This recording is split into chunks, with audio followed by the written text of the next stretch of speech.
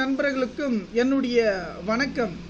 இந்த வீடியோவில் எதை பற்றி நம்ம பார்க்க போகிறோன்னா, நீங்கள் அனைவரும் எதிர்பார்த்து கொண்டிருக்கும் தமிழக அரசு கிராம உதவியாளருக்கான காலி பணியிடங்கள் பார்த்திங்கன்னா ஒரு அனௌன்ஸ்மெண்ட் கொடுத்துருக்காங்க.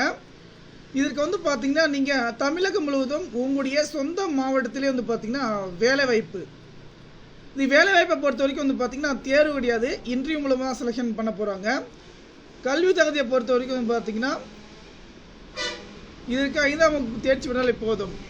இதில் என்னென்னா கிராம நிர்வாக உதவியாளருக்கு என்னென்ன பணி பார்த்திங்கன்னா, கிராம நிர்வாக பார்த்திங்கன்னா உதவியாளர் நியமிக்கப்படுகிறது. உதவியாளர்கள் வரி வசூலித்தல், கிராம கணக்குகளை நிர்வகித்தல், நில வருவாய் வைத்து கொள்ளுதல், பிறப்பு இறப்பு போன்ற பல்வேறு பதிவேடுகளை தயாரித்தல் போன்ற புதுப்பித்தலுக்கான இந்த வேலைவாய்ப்பு பார்த்திங்கன்னா உங்களுக்கு கொடுக்குறாங்க. இதுக்கு வயது வரம்பை பொறுத்த வரைக்கும் 18 வயசு இருக்கலாம்.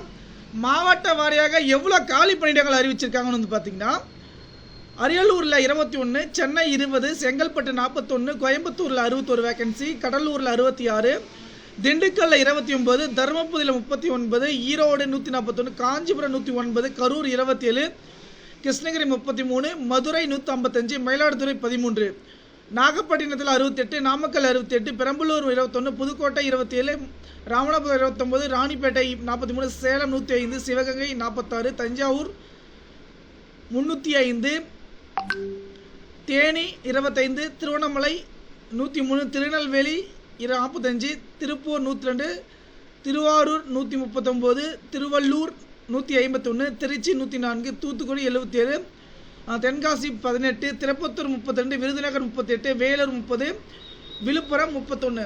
இது பார்த்திங்கன்னா மொத்தம் 2299 காலி பணியிடங்கள் பார்த்திங்கன்னா மாவட்ட வாரியாக கொடுத்துருக்காங்க.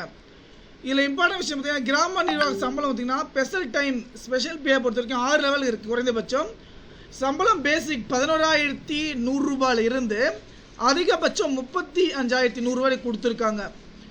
இதில் லிங்க்குகளை கொடுத்துருக்காங்க. இதில் எப்படி கொடுத்துருக்காங்க பார்த்திங்கன்னா, உங்களுக்கு கிராம நிர்வாகத்துக்கு எப்படி தேர்வு செய்வோம் பார்த்திங்கன்னா, எழுத்தல் என 2 நிலையில் இருக்கும். ஒரு புத்தகத்தில் பார்த்திங்கன்னா புத்தகத்திலும் இருந்து ஏதேனும் ஒரு பக்கத்தில் உள்ள வாசகங்களை விண்ணப்பதாரரை வாசிக்க சொல்லுவாங்க. இதற்கு 10 மதிப்பெண் வழங்கப்படும். ஏதேனும் தலைமை பற்றி 100 வார்த்தைகள் மிகாமல் கட்டுரை எழுத செய்யலாம்.